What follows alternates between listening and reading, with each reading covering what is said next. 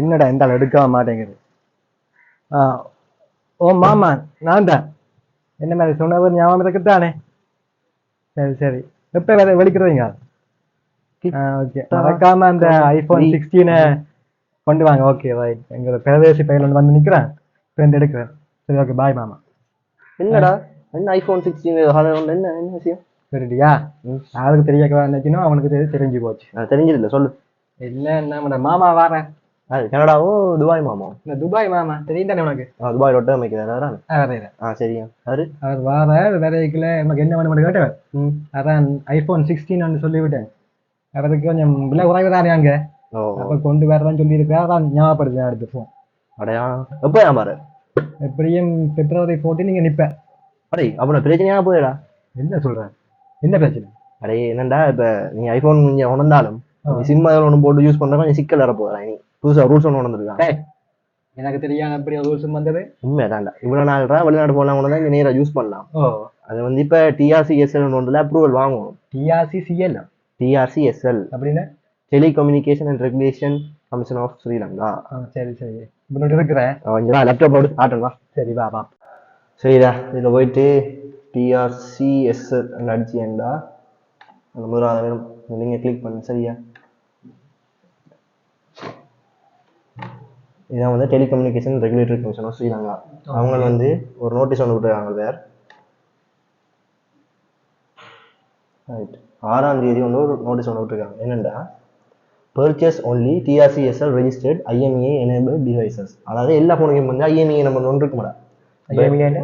அந்த ஃபோனை வந்து யூனிக் ஐடென்டி நம்பர். இப்போ வந்து சொல்கிறேன்டா, இப்போ சிம் நீ போட்டு யூஸ் பண்ண போகிறேன்டா, அந்த ஸ்லொட்டுக்கு வந்து ஒரு ஐஎம்இஏ நம்பர் இருக்கும். ஏன்டா இப்போ வந்து நிறைய வேலைகள் செய்கிறாங்க. இப்போ ஹேக்கிங் அடுத்து இப்போ ஃபோன் ஒன்று தொலைஞ்சிதாண்டா கூடி இந்த ஐஎம்இஏ நம்பர் வச்சு உன்னால் வந்து ஈஸியாக உங்கள் ஃபோன் அங்கே இருக்குன்றதை பார்க்கிற மாதிரி இருக்கும். அதுக்கு வந்து ஒவ்வொரு ஃபோனுக்குமே அந்த யூனிக்கான நம்பர் தான் இந்த ஐஎம்இஏ நம்பர்.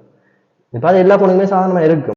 ஓகே, அந்த ஃபோனில் போயிட்டு மச்சான் செட்டிங்ஸ் ஓப்பன் பண்ணேன். செட்டிங்ஸில் போயிட்டு பேர் அபவுட் ஃபோன் இருக்கும். அதில் பார்த்தீங்கன்னா 2 நம்பர் இருக்கும், ஐஎம்இஏ நம்பர். அதான் வந்து இப்போ எல்லா ஃபோனுக்கும் இருக்கிற நம்பர் ஐஎம்இஏ நம்பர். இப்போ நீ சிம் போட்டியண்டா அந்த ஐஎம்இஏ நம்பரை வச்சு தான் உங்கள் ஃபோனை வந்து யூனிக் ஐடென்டிஃபை பண்ணுவாங்க. ஸோ இவ்வளோ நாள் அது எப்படி இருந்தாண்டா வந்து சிம் போட்டாலே வந்து ஃபோன் வந்து ஆக்டிவேட் ஆகிடும். இதை நீ வேறு எப்படி செக் பண்ணலாம்டா, டயல் பேட் ஓப்பன் பண்ணிவிட்டு அதில் *#06# அடிச்சுட்டாலே அந்த ஐஎம்இஏ நம்பர் வந்துடும்.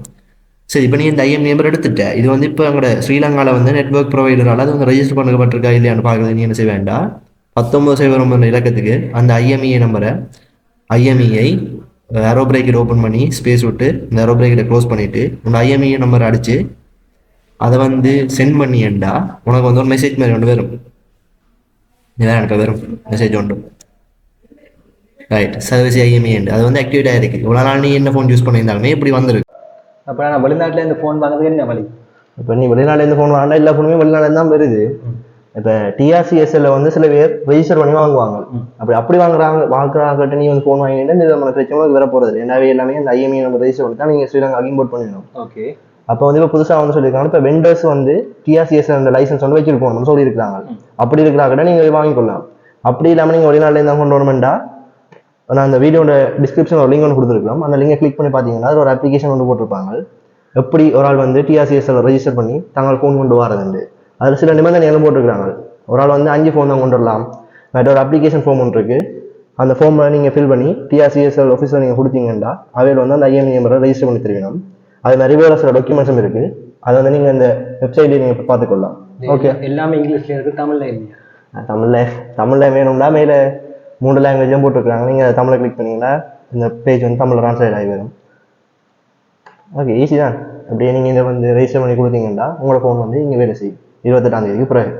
சரி, ஓகே.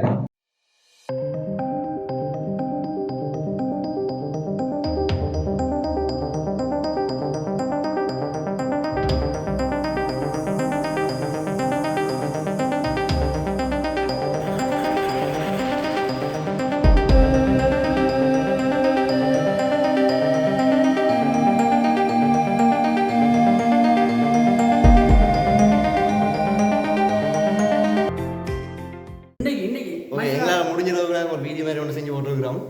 இதெல்லாம் எங்களோட கேமராமேன்ஸ் 2 பேரும் இருக்கிறோம்.